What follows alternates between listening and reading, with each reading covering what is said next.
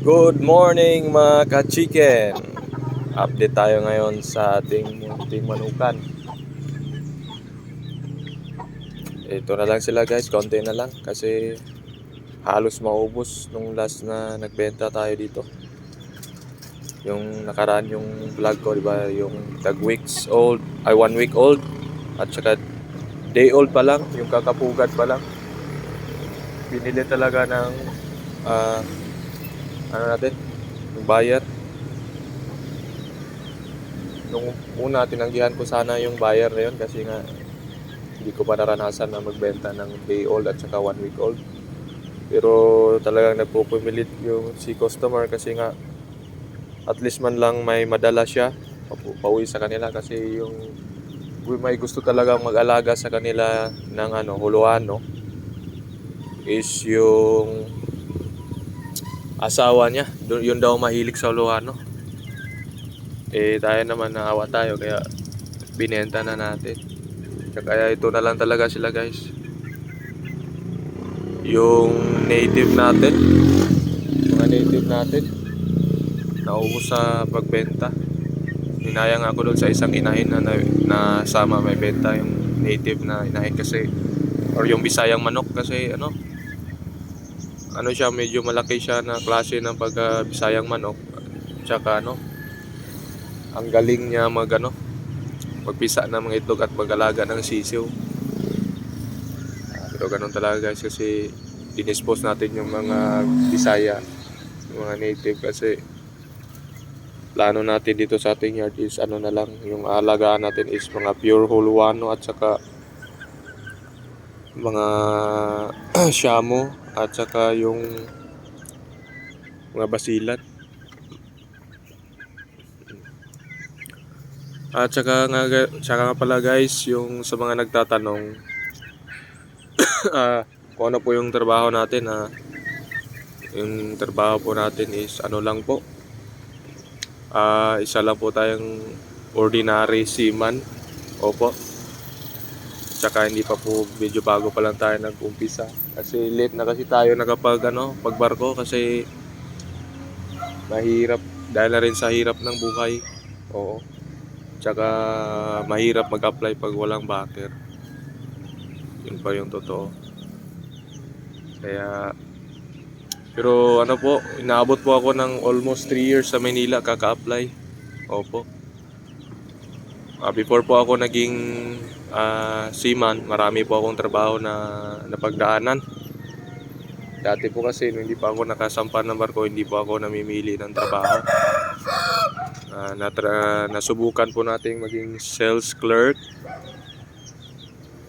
Nasubukan din nating maging agent ng pest control, yung taga-spray ng mga ibis, mga termites, lahat po ng insekto pinapatay namin yan. Tsaka naranasan ko rin po maging street vendor sa Maynila. Yung unang tinitinda ko po noon is yung mga suman, mga kakanin. And then nalipat po ako sa taga-tinda ng kwek-kwek, mga kwek-kwek, ganyan, mga fishball. Malakas din naman po yung doon, yung benta namin doon kasi malapit siya sa school. And then nasubukan din po nating maging call center agent. Opo. Sa magiging call center agent, masasabi ko rin na okay din yung sahod nila. Kaso nga lang yung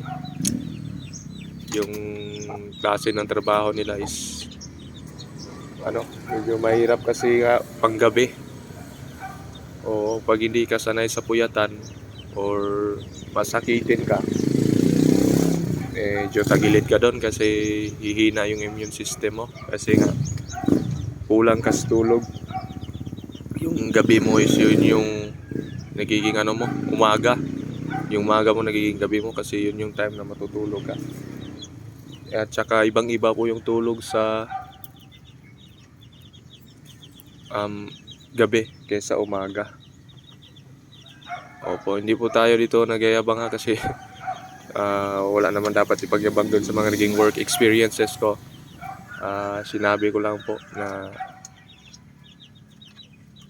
kahit ano naman na trabaho, kaya naman kung basta willing lang po tayo hanggat hindi pa natin narating yung pinaka-goal natin. Yun po, tuloy lang po tayo mga ka-chicken. Sa mga sinasabi ko po itong mga work experiences ko para may parating ko din sa ibang tao na gustong umpisa ng mga chicken farm is kayang-kaya po natin umpisahan yan. Maliit man o malaki yung area,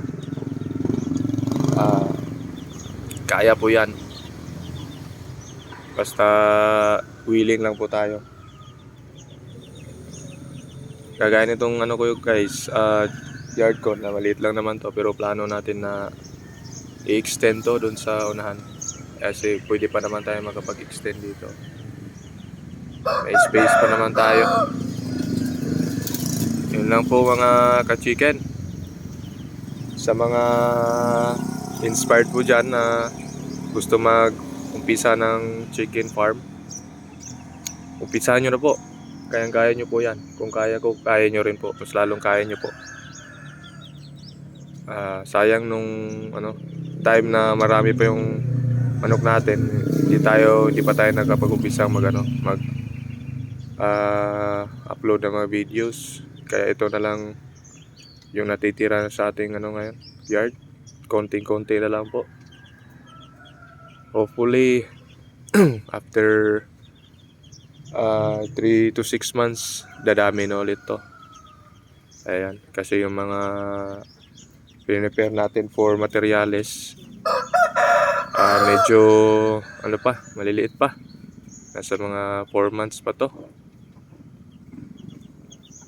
Sana sa awa ng Diyos, sa pagsisikap maparami natin ulit. Kasi halos maubos kasi sa pagbenta yung mga natin. Ayun, ito na naman yung inahin natin. Tinumba na naman yung tubigan. Huy! Ang iya ka talaga. Ito yung pure Huluano hen natin. Ito na lang yung natira.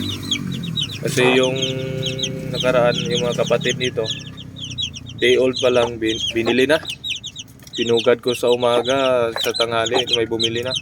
Uubusin niya sana pero nag-iwan ako para naman may kasama pa rin yung inahin. Tangkad nito na inahin guys. Pure Huluano yan. May balahibo pa yan sa mukha. Ayan. Bibiliin din sana itong inahin na to, kaso hindi ko binenta kasi nahinayang pa ako. Palahian muna natin dun kay Shanks. Ayan po.